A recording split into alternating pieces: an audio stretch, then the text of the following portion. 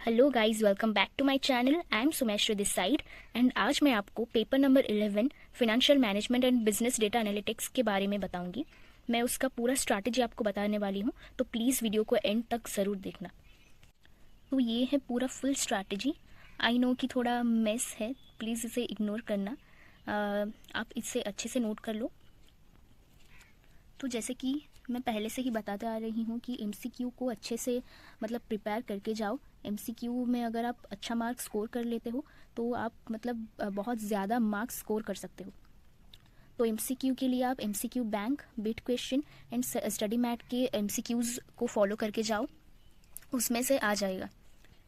तो ये section B में सेक्शन बी का जो क्वेश्चन 2 है उसमें एक्चुअली एफएम का थ्योरी आता है उसके पार्ट ए में, एंड पार्ट बी में बीडीए से थ्योरी आता है। सो मैं बता दे रही हूँ कि मैं थ्योरी को स्किप करके गई थी। थ्योरी जब तक मैं स्कूल में थी एक्चुअली मुझे थ्योरी सब्जेक्ट से बहुत प्यार था, लेकिन जब मैं सीएमए में आ गई तब मुझे थ्योरी से ज़्यादा अभी प्रैक्टिकल सब्जेक्ट्स से प्यार हो गया है, तो मैं थ्योरी स्किप करके गई थी। तो क्वेश्चन नंबर 3 में टूल्स ऑफ फिनेंशियल एनालिसिस जो comparative and common size financial statements and ratio analysis हो गया, फंड फ्लो, कैश फ्लो, इन सब से क्वेश्चन आता है। एंड क्वेश्चन 4 का जो पार्ट ए है उसमें भी वही टूल्स ऑफ फाइनेंशियल एनालिसिस से आता है, एंड उसके पार्ट बी में कॉस्ट ऑफ कैपिटल से क्वेश्चन आता है। देन क्वेश्चन नंबर 5 में कैपिटल बजटिंग से क्वेश्चन आता है। कैपिटल बजटिंग क्वेश्चन नंबर 5 में 2 क्वेश्चन्स कैपिटल बजटिंग से आते हैं। तो मैं एक्चुअली ये कैपिटल बजटिंग स्किप करके गई थी। एक्चुअली मैं ये सजेस्ट करूँगी कि आप हर एक चैप्टर करके जाओ, क्योंकि कैपिटल बजटिंग बहुत इंपॉर्टेंट चैप्टर है एंड ये हमको फ्यूचर में बहुत काम आएगा। हमारा मोटो ऐसा नहीं होना चाहिए कि हमें सिर्फ एग्ज़ाम पास करना है। जब हम सीए में बन जाएंगे तो हमें ये सब चैप्टर्स जितने भी है प्रैक्टिकल चैप्टर, ये इनका नॉलेज बहुत काम आएगा। तो ऑब्वियसली मैं उस टाइम स्किप कर दी थी, लेकिन मेरे फाइनल में अभी कैपिटल बजटिंग चैप्टर है, तो मैं इस टाइम इसे अच्छे से पढ़ूंगी।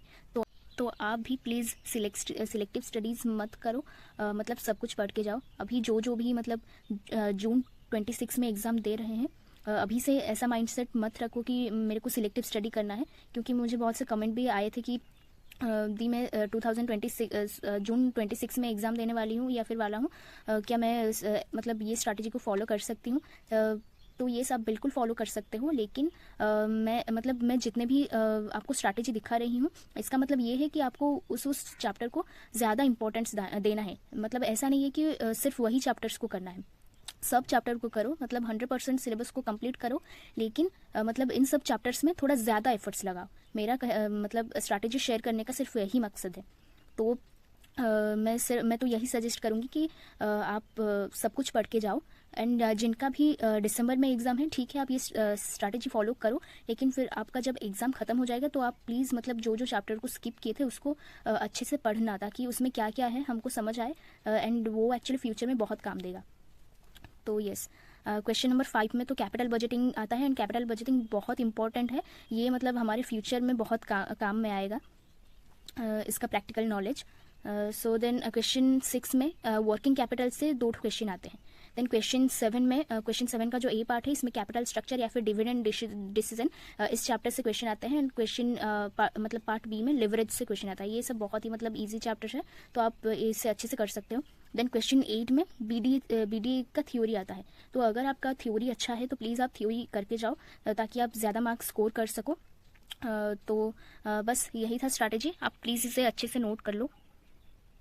एंड आप बीडीए के थ्योरी के लिए आप जो सीए में आशुतोष लाटा सर हैं, उनके वेबसाइट को विजिट कर सकते हो। उनके वेबसाइट में उन्होंने जो फ्री रिसोर्सेज है उस ऑप्शन पे जाके वहाँ पे उन्होंने फ्री में बीडीए का थ्योरी अपलोड किया है, एंड उनका थ्योरी थ्योरी से क्वेश्चन आते हैं, तो आप उसे अच्छे से कर लेना। तो आप अच्छे से देख लो कि मैं एफएम बीडीए का कैसे रिवीजन करती थी। मैं ऐसे चैप्टर सब लिख के, मुझे जितना बार भी रिवीजन करना है मैं उतना टाइम लिख के ऐसे मेरा जितने बार रिवीजन खत्म होता था मैं उतने टाइम उसके सामने टिक कर देती थी। तो आप भी ऐसे रिवीजन करो, एंड आपका भी कॉन्फिडेंस बहुत बूस्ट होगा। एंड ये सब चैप्टर्स है जो कि मैं करके गई थी। तो ये जून अटेम्प्ट का क्वेश्चन पेपर है पूरा। तो जैसे कि मैं हमेशा बोलती हूँ कि एमसीक्यू को प्लीज़ अच्छे से प्रिपेयर करके जाओ एंड एमसीक्यू में 20+ लाने की कोशिश करो। मेरे एमसीक्यू में 26 मार्क्स आए थे। अगर आप एमसीक्यू में बहुत अच्छा स्कोर कर लेते हो देन आपका मतलब आप अच्छे से एग्जामिशन ला पाओगे। तो सेक्शन बी में ये जो क्वेश्चन नंबर 2 है, ये वाला जो है ये एफएम थ्योरी से आया है एंड ये डीडीए से आया है। तो क्वेश्चन नंबर 3, ये वाला जो क्वेश्चन है ये रेशियो एनालिसिस से आया है एंड ये वाला जो क्वेश्चन है ये कैश फ्लो स्टेटमेंट से आया है।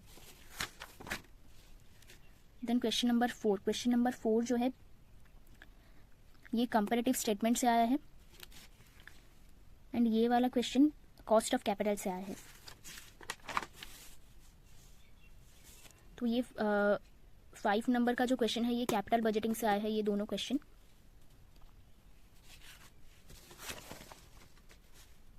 एंड ये वाला 6 नंबर में ये वाला क्वेश्चन वर्किंग कैपिटल से आया है। ये वर्किंग कैपिटल का जो रिसीवेबल मैनेजमेंट है इसमें से आया है ये क्वेश्चन। देन ये वाला क्वेश्चन डिविडेंड डिसीजन से आया है एंड ये वाला लिवरेज से आया है। यहाँ पर तो बीडीए से थ्योरी आता है, तो आपके ऊपर डिपेंड करता है। आप अगर थ्योरी करना चाहते हो तो कर सकते हो।